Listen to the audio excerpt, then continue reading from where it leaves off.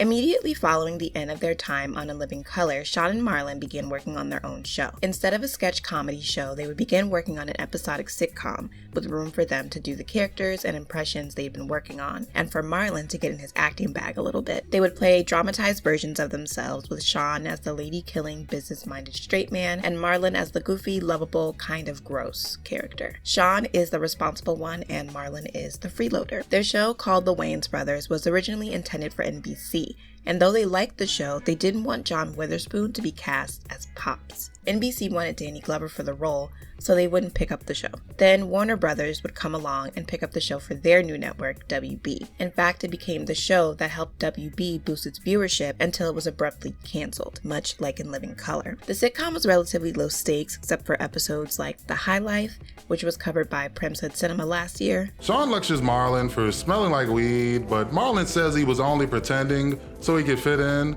That's sad.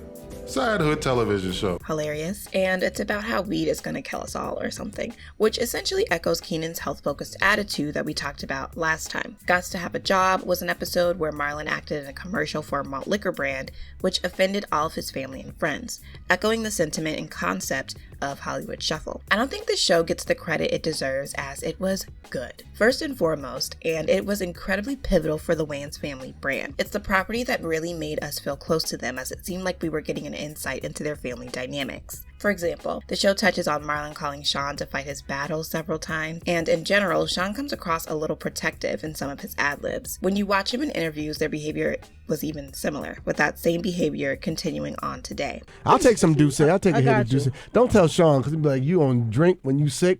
Well, how you think I'm going to feel better, Where is Sean? You guys at Caroline's. Sean is right? judgmental. I don't know what this nigga is. He's supposed to be here. He's supposed to be a good big brother. Damn, slow up on that, auntie.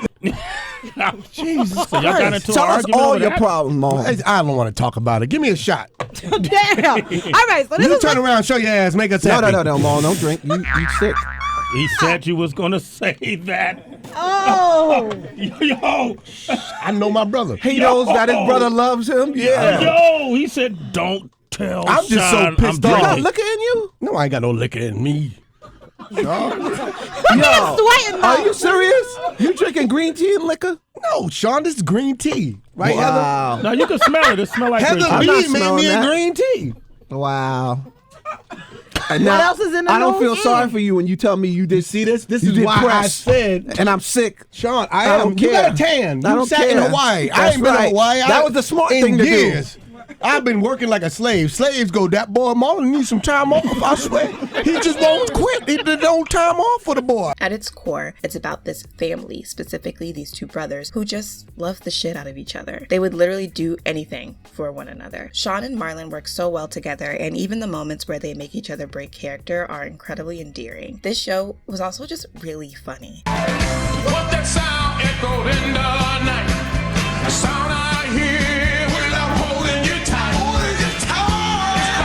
Of course, Anna Maria Horsford and John Witherspoon were also fantastic in this series. This is also the property that established John Witherspoon as everybody's Pops. You may think it was Friday or even the Boondocks, but they never call him Pops in either of those franchises. They call him Daddy, Willie, or Uncle Willie, and then Granddad or Robert. In the Wayans Brothers, he's called Pops by literally everyone, as that's the name of his diner. Put some respect on the show.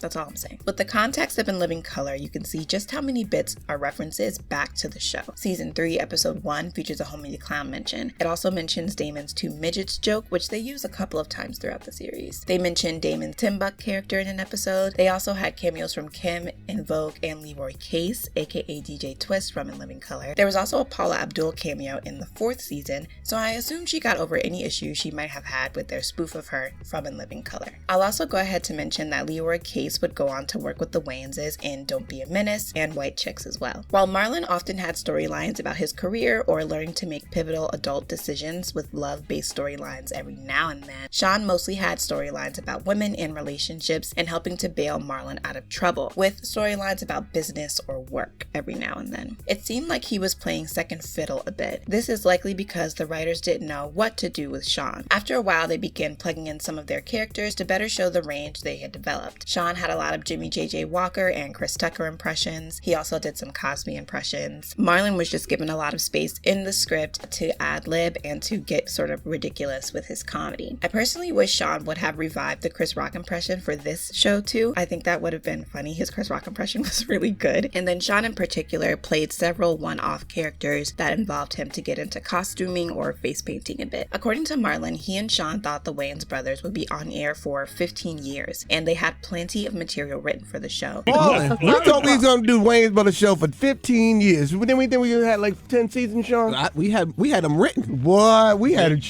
shows. Well, you can do a black show is we might be back after these messages. But it was canceled at the end of its 5th season. This is something that they joke about in a later franchise. The Wayans Brothers was a good show, man.